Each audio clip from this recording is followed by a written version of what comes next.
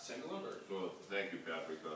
I think I'll stay seated because we're just a good friendly group here, and know most of you, and most of you know me, so I won't spend a lot of time. I've been in the legislature for the last 10 years, serving as a state senator at this current point in time. That is, unless you live properly in Fort Collins, and then I consider you an area constituent.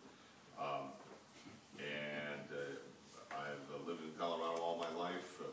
My wife and I, and initially our 3 kids, but our oldest is now on his own, living in Fort Collins, but we live down in the Berthoud area. I've been involved in business as a personal, as an independent businessman for the last 40+ years, dad for 28 years, and a legislator for 10 years.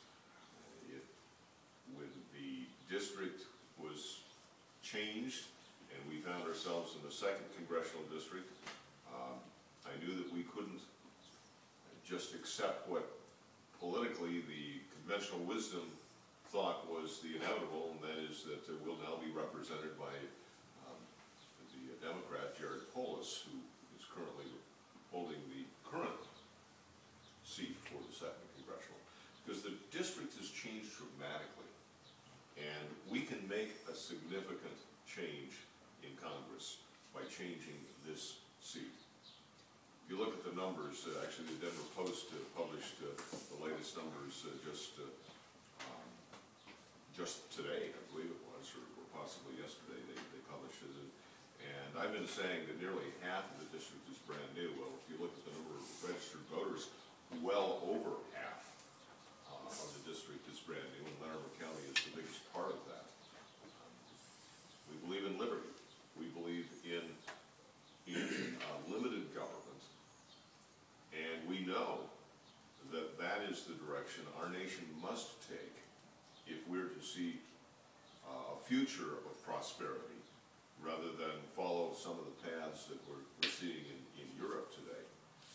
And it may seem so far and distant, but it's right at our doorstep, because we've been doing the same thing they have, and that is spending more money than we've got. We simply have to stop that pattern.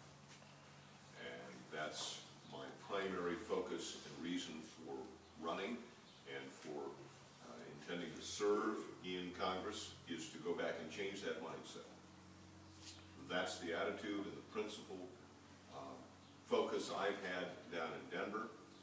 I assure you, and I pledge to you, that that is exactly what I'll do in Washington. Thank you. Thanks for getting up this morning and coming to meet with us. And I will echo Kevin's comments about this district. This is a district that can be won by the right kind of Republican, and must be won by a Republican. I come from Boulder, no judgments please, but they say it's the People's Republic, but I'm the People's Republican. And I know that this welcome to the 2nd Congressional District is a welcome that you may not have wanted. But let's pull together across the district, Buffs and Rams, uniting for one purpose, and that purpose will be to get Jared Polis out of Congress. I come at our nation's challenges from a perspective of a solid track record of achievement in the private sector. I've spent 3 decades starting companies, investing in companies, building businesses, creating jobs right here in Colorado.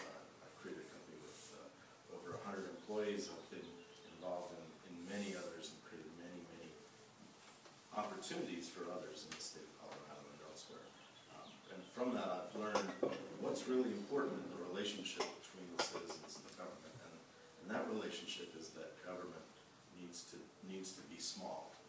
We need to protect the individual in the United States of America, and that comes from our forefathers and our Constitution goes forward. So I take a small government, constitutional conservatism, combined with the skills as a person with an extraordinary track record of achievement over decades, and I'll take those to the challenges that we do. The first challenge is defeating Jared Polis, and then the challenges after that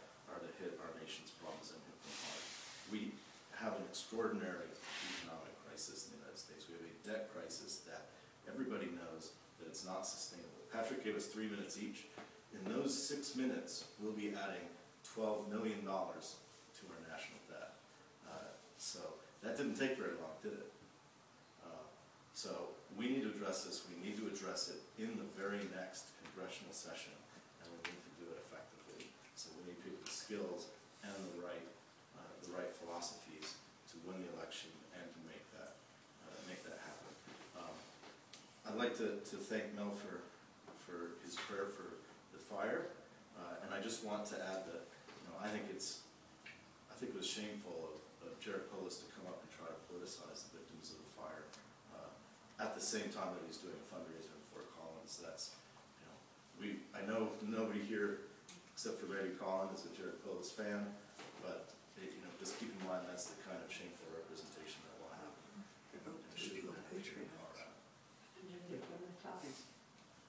Okay, thank you. Thanks. All right, as moderator, I'm going to take the prerogative of the first question. Go on. Is it going to be a question for each of us? Yes, yeah. Did you pass in your card? Yes, I did. Oh,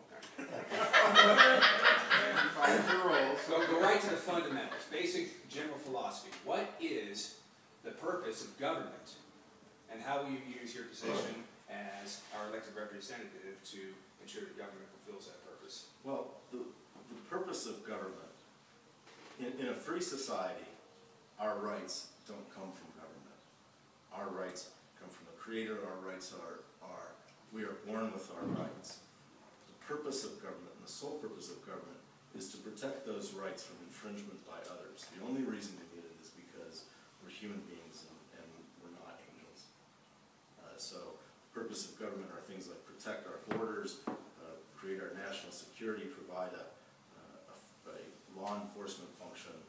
The purpose of government is not to create a cradle-to-grave welfare state and to take care of us. That's our own responsibility, is to take care of ourselves. I'll restate the same thing. If you go back to the Declaration of Independence, it states it very clearly. They understood precisely what government was all about. It was to secure the rights of the individual. Now, in a complex culture like our 21st century America, that cannot be just a very, it is a complicated world, and I recognize that there are a lot of elements of government that are necessary, but if you look at what we have, the attitude, I've seen this for so long, especially on the other side of the aisle, their attitude is government is here to help you. Government is here to provide for all your needs. Government is here to make the decisions for you. And that happens far too often. The legislator thinks they are the manager of your lives. That has to be turned upside down. And in Congress, the federal government thinks they're the manager of the states. It's the opposite. Constitutionally, it's the opposite. And we have to get back to that basic fundamental understanding. And that's not to throw government out. That's to put it within its proper box so that we can truly have a blessed future. And just so y'all know, it's 2 minutes each for the question. Okay. All right, assuming you win the primary, how would you compete with Polis, who already has more than $1 million of funds and owns Boulder County? And what's your view of the demographics of District 2? Okay, you're going back and forth. Okay. Yeah. Let me start with the demographics of District 2. And I already stated that it's changed dramatically. And if you look at the facts of the matter, Boulder County is still heavily on the Democrat side, and my expectation is that they're going to vote that direction. But the rest of the district is dramatically different, particularly the new areas. Those are the performing areas. Park County, the southern, southwestern part of Jefferson County, the